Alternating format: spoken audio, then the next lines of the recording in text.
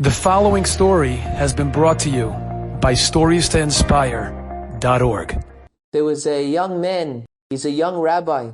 One of my students said he ate with him last Shabbat, and this young rabbi told them a story that took place in his life for an hour. He said the whole table was in tears. It was such a touching story, and I'll tell it to you in a few minutes. This young rabbi told that in 2019, in July of 2019, his daughter was diagnosed with a terrible disease called SMA. She wasn't able to walk. The doctor said it could be fatal. Lo aleno, it was very, very bad news to them.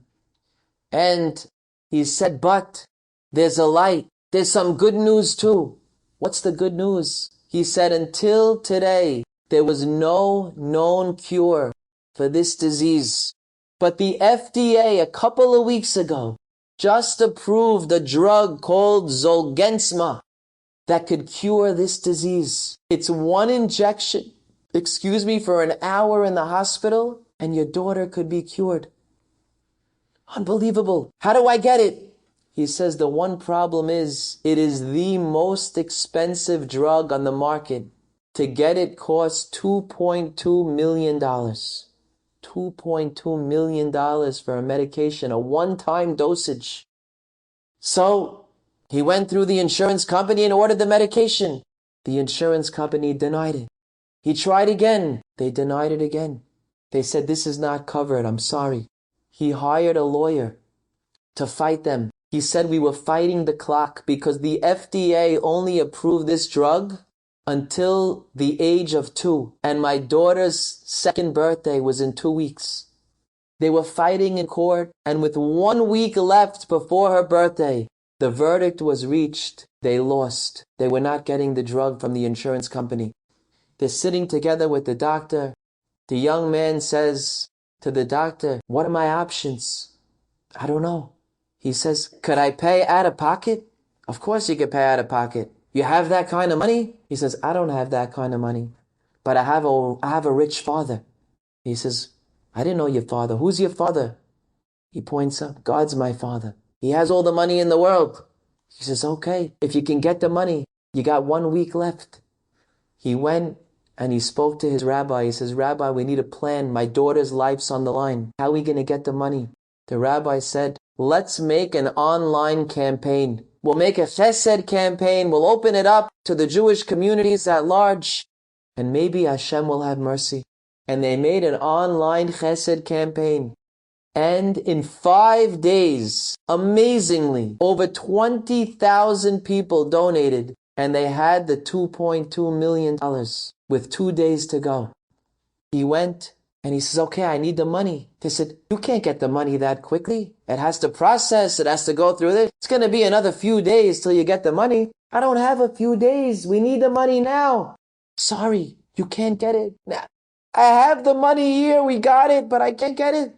There's 2 days left. A wealthy man heard about this story. He said, what? Get the medication right now. I'll put up the money.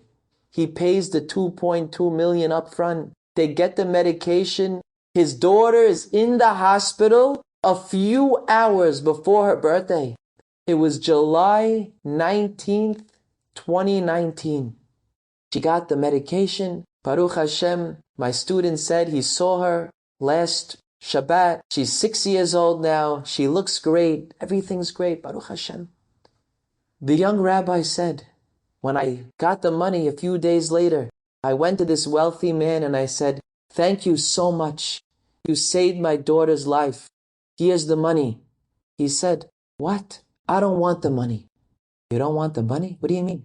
He said, my zechut. I want the merit. I don't want the money. He couldn't believe it. Over $2 million.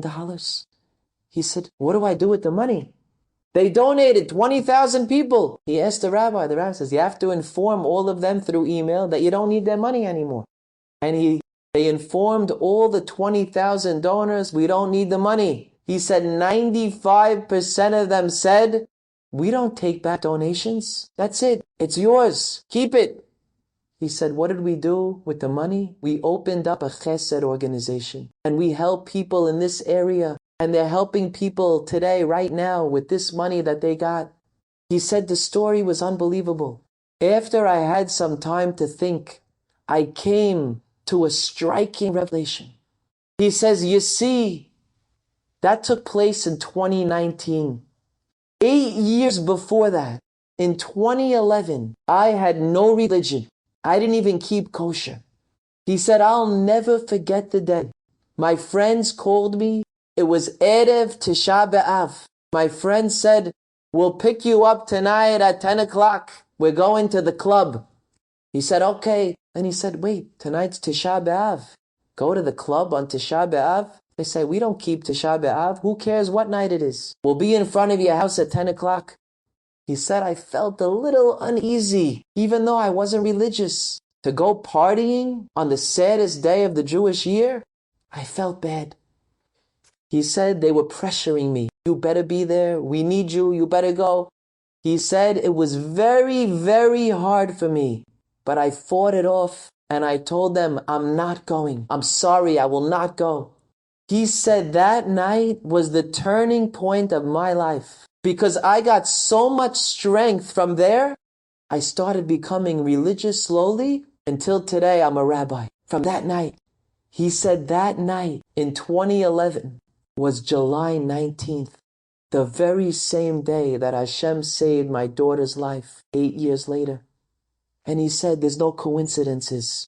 Hashem keeps track of everything you do, of every little decision you make. And he says, I'm so proud of you. I'm going to help you because of that. You say, what? He didn't go to a club on Tisha B'Av? That deserves anything? Yeah, on his level, that's great. He didn't go to a club on Tisha B'Av. That is so precious because he fought. He fought his Yetzer Hara and he won the battle. Enjoyed this story? Come again. Bring a friend. StoriesToInspire.org